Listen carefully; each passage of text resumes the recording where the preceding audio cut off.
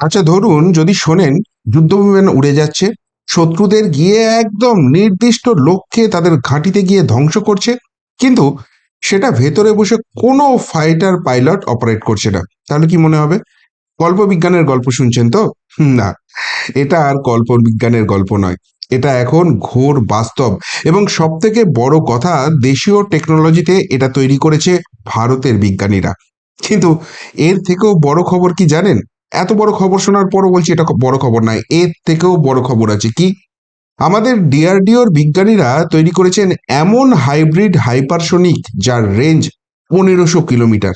মানে মানে হচ্ছে ভারতের রেঞ্জের মধ্যে এখন গোটা তিব্বত তো বটেই, পশ্চিমে পাকিস্তান, আফগানিস্তান, তাজাকিস্তান, কিরজিকিস্তানের পুরোটা, আর পূর্বে Laos, Cambodia, Thailand, Myanmar, Bangladesh, পুরোটা রেঞ্জের মধ্যে চলে এলো।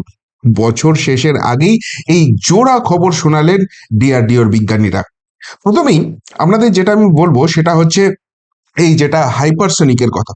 এই হাইপারসনিকটা আসার ফলে বুঝতেই পারছেন যে কিভাবে এই পুরো রেঞ্জটা হয়ে যাচ্ছে। আমি আরো ডিটেলসে পুরো একদম ম্যাপ ওয়াইজ আপনাদের দেখাবো, তাহলে আপনারা বুঝতে পারবেন পুরো হাইপারসনিক ব্যাপারটা কি, সেটা একটু পরে ব্যাখ্যা করছি। এখানে বুঝতেই পারছেন যে ইন্ডিয়ান ডিফেন্স নিউজ থেকে এটা পাবলিশ করা হচ্ছে ডিআরডিওর সাকসেস হিসেবে। এবং সেখানে যে জিনিসটা বলা হচ্ছে সেটা ম্যাপে দেখায়, আপনারা তাহলে বুঝতে পারবেন। এই যে এই ম্যাপটা আরো ভালো করে দেখুন, 1500 কিলোমিটার রেঞ্জ, মানে একটা ভারতের যদি আমি বর্ডার থেকে ধরি, কি বিশাল পরিমাণ রেঞ্জ ভারতের মধ্যে চলে আসছে। এবং এই জায়গাটায় শত্রু ঘাঁটিতে যারা বসে থাকে তার মধ্যে সব থেকে গুরুত্বপূর্ণ হচ্ছে আমাদের উত্তরে থাকা চীন, এমনকি পশ্চিমে থাকা পাকিস্তান, পূর্বে থাকা বাংলাদেশ, সবার অবস্থাই কিন্তু এবার খারাপ হতে চলেছে। অর্থাৎ ভারতের সঙ্গে ট্যাফু করে হলে হবে না। এবার একদম গুগল ম্যাপ ধরে দেখাই, তাহলে আপনাদের দেশগুলো বুঝতে সুবিধা হবে। দেখুন, এটা আমি গুগল ম্যাপের স্ক্রিনশট নিয়েছি। আগের যেটা ছিল, যেটা ওই ডিআরডিওর বা ওই ডিফেন্স রিসার্চ থেকে যেটা এসছে, সেইটার ম্যাপটা, ওখানে দেশগুলো শুধু চায়না লেখা আছে, আর কিছু সেই দেশগুলো লেখা নেই। কিন্তু আপনাদের দেশগুলো বুঝতে সুবিধা হবে বলে আমি বলছি। এবার ভালো করে লক্ষ্য করে দেখুন, ভারত থেকে পশ্চিম থেকে আমি শুরু করছি। পাকিস্তান, আফগানিস্তান, তাজাকিস্তান, কিরজিকিস্তান, পুরো এই রেঞ্জটা চলে আসছে। এর পাশাপাশি ইরানেরও অনেকটা অংশ, প্রায় 40% কি 35% মতো অংশ, সেটাও এই রেঞ্জের মধ্যে চলে আসছে। এমনকি ভারত যদি চায় রেঞ্জটা বাড়িয়ে ওমানেরও কিছুটা অংশ কিন্তু নিচের দিকে কভার করতে পারবে। কিন্তু যাই হোক, সেটা ডিআরডিও এই মিডল ইস্টের সঙ্গে ভারতের যে সম্পর্ক সেটার জন্য বেশি হয়তো ওই ম্যাপটাকে দেয়নি, সেজন্য আমিও ওখানটা দেখাইনি। এর পাশাপাশি দেখুন তুর্কমেনিস্তান, তার একটা অংশ, প্রায় 10-15% একটা অংশ। উজবেকিস্তান, ওই মাথার দিকে বোধহয় আর আরেকটা কিছু রয়েছে দেশ, কাজাখস্তান, এই টাইপের কাজাখস্তান আছে বোধহয় এখানটায়, উজবেকিস্তান, হ্যাঁ উজবেকিস্তানের উপরে কাজাখস্তান, তারও একটা রেঞ্জ হালকা করে চলে আসছে। কিন্তু সব থেকে গুরুত্বপূর্ণ, এবার উত্তর দিকটা দেখুন, চাইনার আর্ধেকেরও বেশি, মানে তিব্বত যে অঞ্চলটা বলা হয়, যেটা অখণ্ড ভারত, অবিভক্ত ভারতের কথা বলা হয়, সেই তিব্বত রেঞ্জটা পুরোপুরি এই হাইপারসনিকের আন্ডারে চলে আসছে। এবার এবার যদি আমি পূর্বের দিকে আসি, দেখুন ভিয়েতনামের কিছুটা অংশ এখানে চলে আসছে।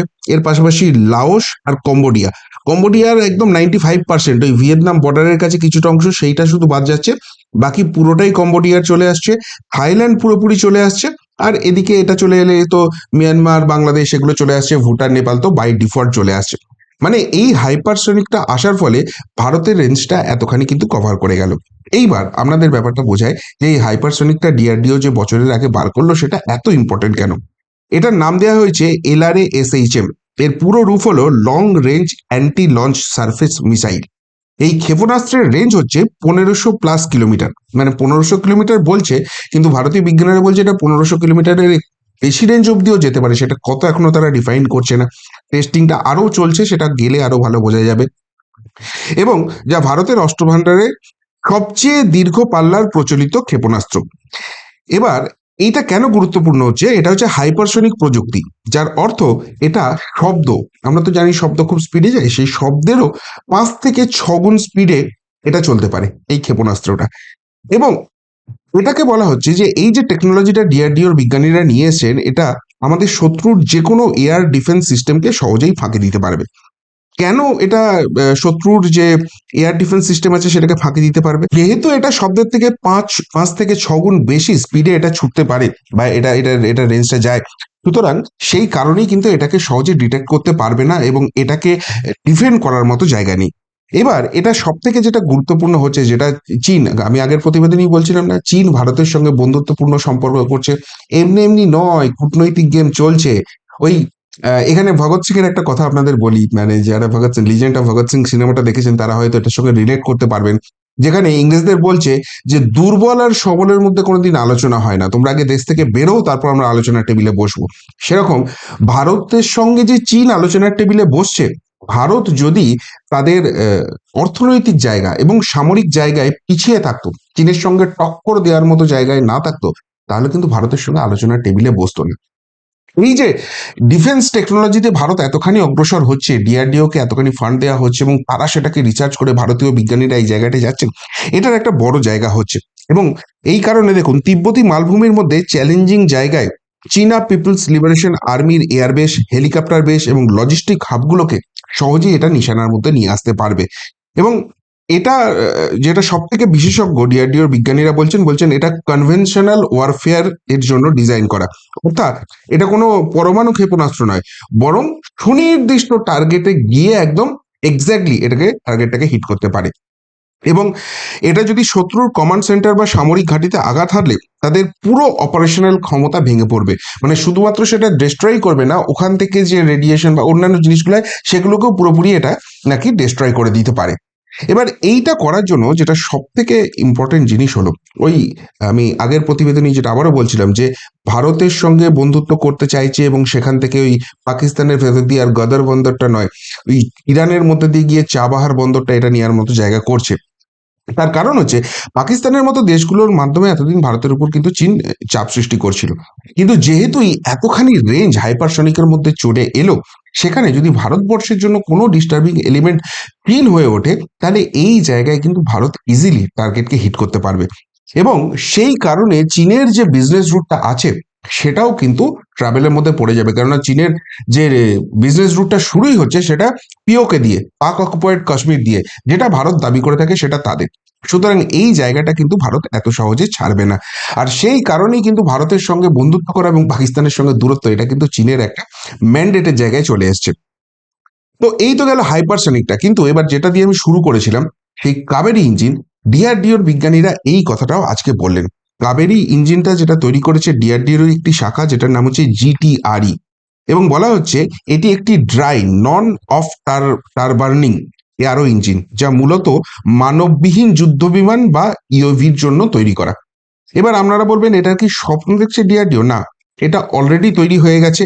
এবং সব থেকে বড় কথা, ভারতের সঙ্গে তো রাশিয়ার বন্ধুত্বপূর্ণ সম্পর্ক রয়েছে এবং সামরিক ক্ষেত্রে দুই দেশ কিন্তু অনেকটা কোলাবোরেশনে যায়। এটা টেস্টিং এর জন্য, যাতে চীন টিন এরা কেউ সহজে এটাকে কিছু না টার্গেট করতে পারে বা এটা নিয়ে কোনো রকম কিছু করতে পারে, সেই জন্য এটা টেস্টিং এর জন্য রাশিয়াতে পাঠানো হয়েছিল। এবং রাশিয়াতে যখন এটার প্রাইমারি টার্গেট করা ছিল, তখন ওই ডিফেন্সের ভাষায় বলছে 46 KN লক্ষ্যমাত্রা এদের রাখা হয়েছিল। কিন্তু রাশিয়ার ওই হাইটে, ওই ঠান্ডায় যখন এটাকে টেস্টিং করা হয়েছে, তখন এটা 48.5 থ্রাস্ট অব্দি উৎপন্ন করতে পেরেছে। অর্থাৎ যে টেস্টিংটার জন্য পাঠানো হয়েছিল সেটা তো সসম্মানে উত্তীর্ণ হয়েছেই, তার থেকে কিন্তু বেটার পারফরমেন্স এটা করেছে। অর্থাৎ কাবেরী ইঞ্জিন যেটা তৈরি করতে চাইছে, সেই কাজটার জন্য যে প্রাইমারি টেস্টিং, সেই টেস্টিং এ পাস মার্ক নয়, একদম ফুল মার্কস, মানে মোর দ্যান ফুল মার্কস নিয়ে এরা কিন্তু পাস করে গেছে। এবং এটার পরবর্তীকালে যেটা টেস্টিংটা করা হবে, সেটা রাশিয়ার যে IL-76 এয়ার পাইলটগুলো রয়েছে সেইগুলোর উপর দিয়ে এটাকে টেস্টিং করা হবে। এটা করে কি লাভটা হচ্ছে সেটা বলছি। কিন্তু এবার যেটা ডিআরডিওর সায়েন্টিস্টরা করছেন, যে আমরা প্রাইমারি টেস্টটা পার করেছি, এবার সেকেন্ডারি টেস্ট, যেখানে এটার যে থার্স্টটা আছে সেটা 73 to 75 KN এ উন্নত করা হবে। তারপর এটাকে ফাইনাল টেস্টিং এর জন্য দেওয়া হবে। প্রাইমারি টেস্টিং শেষ, এবার ফাইনাল টেস্টিং হবে। এবার এই জায়গাটা করলে কি লাভটা হবে, বলছে 1 নম্বর হচ্ছে কাবেরী ইঞ্জিনের মাধ্যমে ভারত বিদেশি এয়ারো ইঞ্জিনের উপর নির্ভরতা কমাবে। ভারতের যে জেট প্লেনগুলো রয়েছে, ভারতের যে ফাইটার প্লেনগুলো রয়েছে, সেগুলো সবই কিন্তু মূলত বিদেশি টেকনোলজি। কিন্তু সেটা এবার পুরোপুরি এই দেশীয় টেকনোলজি দিয়ে হবে, ফলে বিদেশের উপর কিন্তু ডিপেন্ডেন্সিটা অনেকটা কমবে। এতে দুটো ফায়দা রয়েছে। নাম্বার ওয়ান হচ্ছে যে কস্টিংটা সেটা অনেকটা সেভ হবে, ভারতের যে বিদেশি ফান্ডটা অনেকটা চলে যাচ্ছিল সেইটা সেভ করতে পারবে। এবং দু নম্বর যেটা অত্যন্ত গুরুত্বপূর্ণ সেটা হচ্ছে ধরুন যখন যুদ্ধ লেগেছে, যুদ্ধকালীন পরিস্থিতি, এখানে কি হয়, যে অস্ত্র ব্যবসায়ীদের কাছ থেকে কেনা হয়েছে বা যে দেশের কাছ থেকে কেনা হয়েছে, সেখানে যদি কোনো গন্ডগোল হয় তাদের কাছে সাহায্য চাইতে হবে। তখন তারা কি করে, যে ব্যাপারটা আরো চাপে ফেলার জন্য, আরো কস্টিংটা বাড়িয়ে দেওয়ার জন্য বলে ইমিডিয়েট সাপোর্ট দিতে পারছি না, আমাদের এটা করতে 7 দিন 8 দিন সময় লাগবে। তো যুদ্ধের সময় ওই 7 8 দিনের সময়টা কিন্তু খুব ফ্যাক্টর হয়ে যায়। সেই জন্য যদি এটা দেশীয় টেকনোলজি হয়, আমাদের সায়েন্টিস্টরা এটা যদি তৈরি করতে পারেন, তাহলে সেক্ষেত্রে এই ধরনের যদি কোনো অসুবিধা হয় সেই সময় কিন্তু ইমিডিয়েটলি সেটা রিপ্লেসমেন্ট বা যেটাই যা করার আছে সেটা করা হবে। এই বাইরের উপর কোনো রকম কোনো ডিপেন্ডেন্সি থাকছে না। এবং এটাকে বলা হয়েছে ভারতের প্রথম স্টিলথ মানববিহীন যুদ্ধ বিমান। এবং এটা ওই শত্রুদের এয়ার ঘাঁটিকেও যেটা ফাঁক দিয়ে গলে যাবে, ডিফেন্সকে ফাঁকি দিতে সক্ষম হবে, সেই জায়গাটা বলা হচ্ছে। এবং ইউএভি গুলোর মাধ্যমে শত্রুর অবস্থান নজরদারি এবং হামলা চালানো আরো সহজ হবে। সব থেকে যেটা প্রবলেম হয় কোনো যুদ্ধ হলে সেটা হচ্ছে মানব শক্তির অপচয়। সৈন্যবাহিনী যখন কমে যায় তখনই তো প্রবলেম হয়ে যায়। যেমন অভিনন্দনের ক্ষেত্রে হয়েছিল, সে যখন পাকিস্তানে ধরা পড়লো, অনেক কন্ট্রোভার্সি হয়েছে এবং ফাইনালি ভারত ফিরিয়ে আনতে পেরেছে। কিন্তু এখানে প্রবলেমটা হয় যে মানব চলে গেলে তার কাছ থেকে ডেটা রিট্রিভ হয়, তাকে ধরা পড়ার পর বিদেশের কাছে অনেক কিছু তথ্য চলে যায়, এগুলো খুব গুরুত্বপূর্ণ ফ্যাক্টর। কিন্তু এখানে যদি মানববিহীন ইঞ্জিনটা করা যায়, তাহলে কিন্তু এইসব জায়গায় অনেক অনেক প্রবলেমটা সলভ হয়ে যাবে। এবার এটা তো টেস্টিং ফেজে রয়েছে বলছি, তাহলে কবে এটা ফাইনাল লঞ্চ হবে? এটা কি পঞ্চবার্ষিকী পরিকল্পনা? একদমই না।